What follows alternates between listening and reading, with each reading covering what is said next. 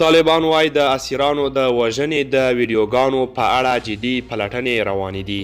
سلام، ستړي مشئ، وخت مو پخیر.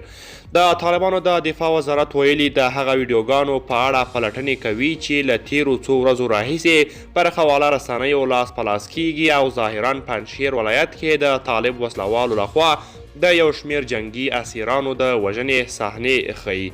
د ملګرو ملتونو په ګډون ګڼو نړیوالو ادارو او د طالبانو ضد وسلوالو ډلو تور لګولی چې وژل شوي کسان د باغیانو جبهې په نامه د طالب مخالفې ډلې غړي دي.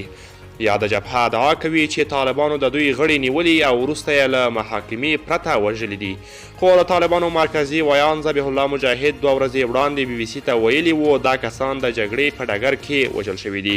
اوس د ګڼ شمېر نړیوالو ادارو له سختو غبرګونونو او نیوکو وروسته د طالبانو د دفاع وزارت یوه لنډه اعلامیه کې ویلي که چیرته ثابته شي چې دا ویډیوګانې تازه دي او پنجشیر کې د وروستیو نښتو اړوند دي نو د ښکېلو کسانو سره به قانوني چلند کوي.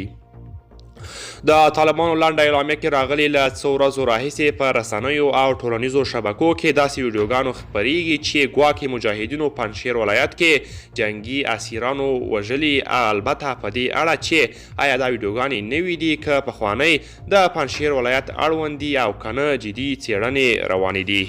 اعلامیه کې زیاته شوي له پلټنو او څېړنو وروسته که رښتیا ثابته شي چې دغه ویډیوګانې نوي دي او په پنجشیر ولایت پورې تړاو لري، خامخا هغه کسان چې بندیان یې په مرمیو ویشتلي نیول کیږي او د قانون منګلو ته به وسپارل شي.